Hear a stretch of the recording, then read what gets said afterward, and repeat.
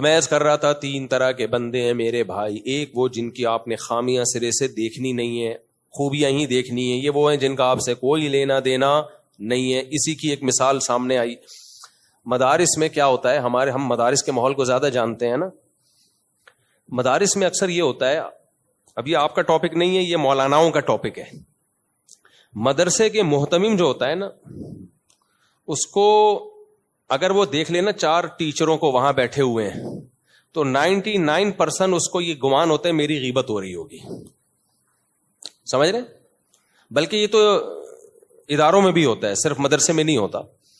4 employee بیٹھے ہوئے ہیں, چائے پی رہے ہیں. باس کو پتا ہوتا ہے کہ یہ کیا ہو رہا ہے, بولو میری غیبت. یہ کیا چل رہی ہے, بولتے کیوں نہیں, میری غیبت.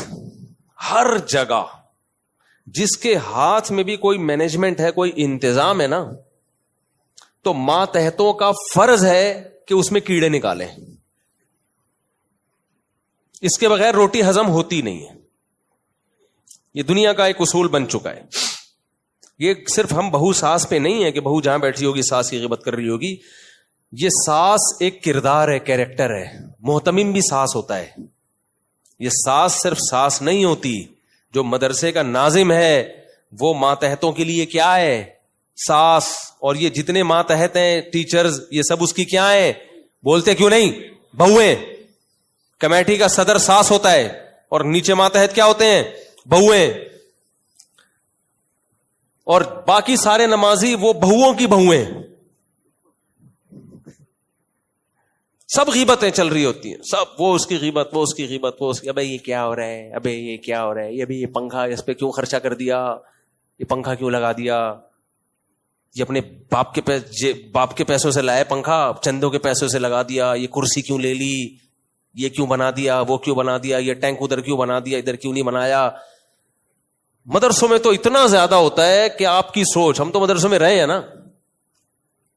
یہ محتمم بڑی گاڑی میں کیوں جا رہا ہے, حالانکہ وہ گاڑی ہو سکتا ہے کسی دوست نے اس کو ویسے ہی لا کے دی. ابے یہ لگ رہا ہے چندے خود کھا رہے, بعض کھا بھی رہے ہوتے ہیں, اللہ کا بڑا فضل ہے الحمدللہ. ایسے لوگ بھی الحمدللہ موجود ہیں, لیکن سارے تو نہیں کھا رہے ہوتے نا. غیبت سب جگہ ہو رہی ہوتی ہے.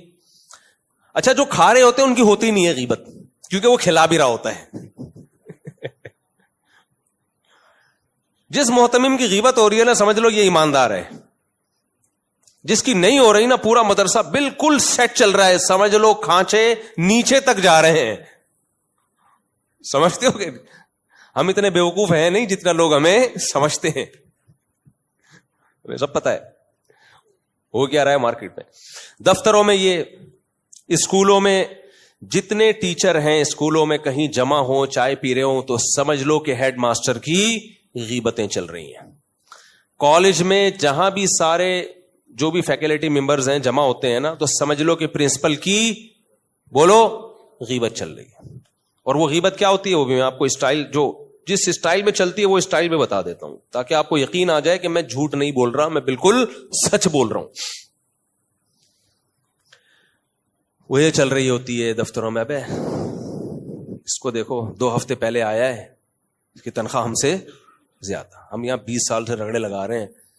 اور بھی ایسے الفاظ استعمال ہوتے ہیں جو کبھی چھاؤں میں آئیں تو میں آپ کو بتاؤں گا, وہ مسجد میں استعمال کرنے کے نہیں. یہ 20 سال, ہم 2 ہفتے پہلے آیا ہے, اس کو دیکھو اٹھائی گیری زیادہ کر رہے ہیں نا. اس کو تنخواہ زیادہ مل رہی ہے. ویٹ لفٹنگ کی قیمت ہے یہاں پہ, ویٹ لفٹنگ کی. پہلے جم میں ہوتی تھی, آج کل دفتروں میں ہوتی ہے. یہ سب تبصرے چل رہے ہوتے. محتمم یہ کر رہا ہے, محتمم وہ کر رہا ہے, محتمم کے پاس گاڑی کہاں سے آئی, یہ کیوں بنا دی عمارت اس نے, وہ فلانے کو تنخواہ زیادہ کیوں دے دی, فلانے کو تنخواہ زیادہ کیوں دے دی. ہمارے شیخ حضرت مفتی رشید احمد صاحب رحمہ اللہ تعالی فرمایا کرتے تھے, حالانکہ حضرت نہی عن المنکر پہ بہت حریص تھے. جنہوں نے مفتی رشید احمد صاحب کو دیکھا ہے وہ جانتے ہیں کہ برائی دیکھ کے مفتی رشید احمد صاحب کبھی خاموش نہیں رہتے تھے. تبھی میں ان کی مثال دے رہا ہوں کہ ان کی بات کو آپ زیادہ ویلیو دو. ان کا تقویٰ پرہیزگاری مشہور تھی. وہ فرمایا کرتے تھے کہ کسی بھی ادارے میں جب آپ ہو, چاہے وہ مدرسہ ہو, چاہے وہ کمپنی ہو, چاہے وہ اسکول ہو, چاہے وہ کالج ہو, چاہے وہ مسجد ہو, کوئی بھی جب اجتماعی ادارہ ہوگا اس میں سب سے پہلے اپنی پوزیشن دیکھو کہ میری پوزیشن کیا ہے, میرا کام کیا ہے, اور اس ادارے کو ٹھیک کرنے کبھی مت چلو. نہیں آ رہی بات سمجھ میں؟ اس فکر میں مت پڑو کہ یہ ادارہ کیا ہو جائے ٹھیک, سے ادارہ ٹھیک نہیں ہوگا. کیونکہ جہاں کوئی اجتماعی نظم ہوتا ہے نا, کچھ نہ کچھ خرابیاں 100% ہوتی ہیں. یہ ہو نہیں سکتا ایک گھر نا جس میں صرف میاں بیوی اور ایک بچے ہوں, وہ پورا ٹھیک نہیں ہوتا. کچھ نہ کچھ برداشت کرنا پڑتا ہے. شوہر کچھ بیوی کی آڑی ترچھی باتیں برداشت کر رہا ہوتا ہے, تبھی تو ہم کہتے ہیں نا سسرال کی مداخلت جہاں بھی ہوگی گھر تباہ ہوگا. وجہ کیا ہے کہ میاں کی کچھ مجبوریاں بیوی کے ساتھ وابستہ ہوتی ہیں, وہ اس کے آڑے ترچھے ہونے کو برداشت کرتا ہے, اس کو پتا ہے یہ خامی ہے, لیکن میں چھوڑ دوں گا تو میرا یہ نقصان ہے.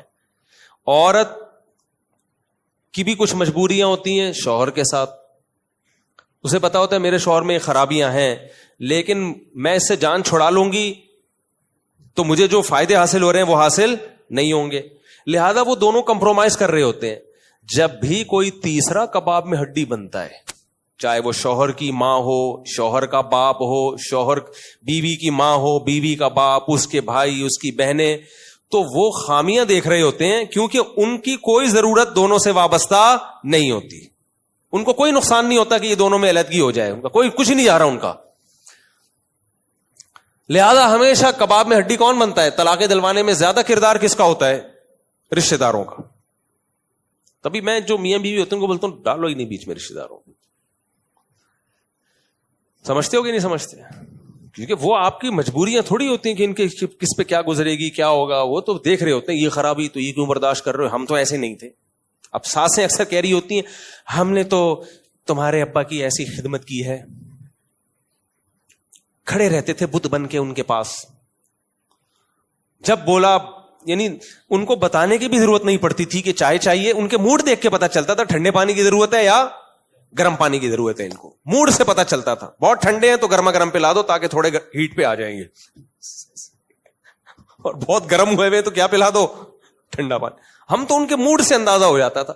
اور ایک یہ بہو ہے پڑی رہتی ہے سارا دن, 12 بجے کم بخت سو کے اٹھتی ہے.